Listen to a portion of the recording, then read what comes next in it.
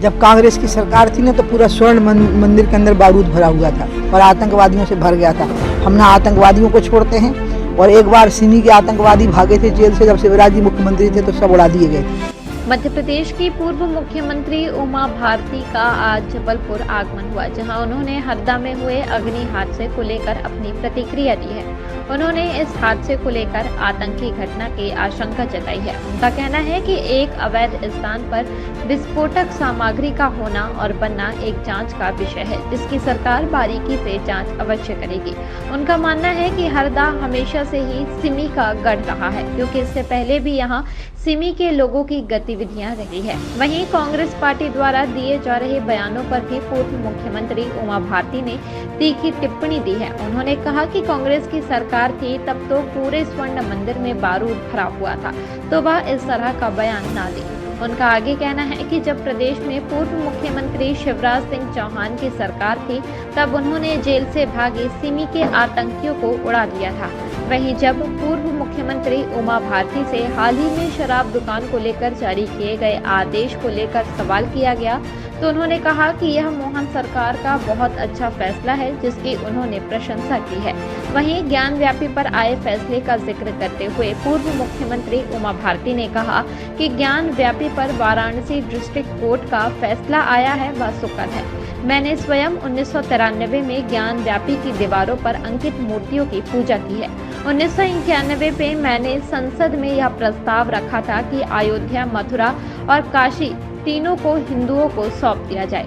Varanasi district court के फैसले के बाद मैं फिर से अनुरोध करूंगी कि अयोध्या की तरह ही मथुरा और काशी में भी मूल स्थान पर मंदिर बने और पूजा का अधिकार मिले, इसलिए इन्हें हिंदुओं को सौंप दिया जाना यही संपूर्ण समाधान है। ये दुखद हादसे की जानकारी मुझे रात में हो गई थी। एक अवैध स्थान पर विस्फोटक सामग्री का होना, बनना, इसकी ठीक से जांच हो जाए। जिनकी मृत्यु हो गई है वो तो वापस नहीं लौट सकते और अभी बहुत बड़ी संख्या में घायल भी होंगे। हमारे प्रदेश की सरकार तो बहुत ही संवेदनशील है, मुख्यमंत्री जी संवेदनशील हैं। जो उनके परिजन हैं उनको मुआवजा भी मिलेगा या घोषित हो चुका होगा।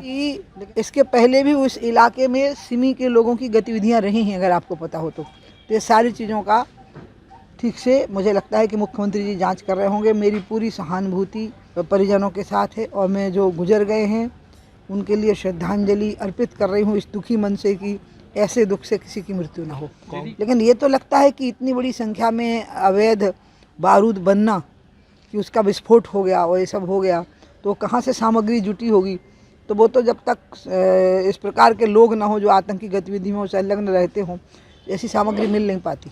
जब कांग्रेस की सरकार थी ना तो पूरा स्वर्ण मंदिर के अंदर बारूद भरा हुआ था और आतंकवादियों से भर गया था।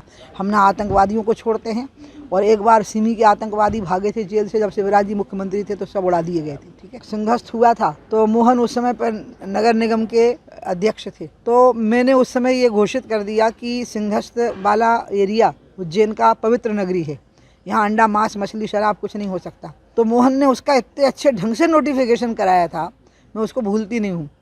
तो मोहन तो मूलतः संस्कारवान धार्मिक व्यक्ति हैं और हम बड़े भाग्यशाली हैं कि वो हमारे मुख्यमंत्री हैं।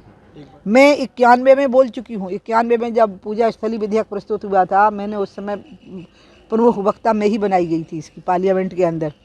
तो मैंने यही कहा था कि आप अयोध्या, मथुरा, काशी तीनों को मुक्त कर दीजिए इस विधेयक से और तीनों जगह पर भव्य मंदिर का निर्माण होने दीजिए। तो मैं तो उस पर कायम ही हूँ कि हम देखो, एक है कोर्ट, क्योंकि अब बात आएगी ना कि उमा भारती कोर्ट के खिलाफ बोल रही है, मामला सब जुडिस है, लेकिन वहाँ मंदिर बनना चाहिए। ये मेरी आस्था सब जुडिस नहीं हो सकती। आप समझ गए?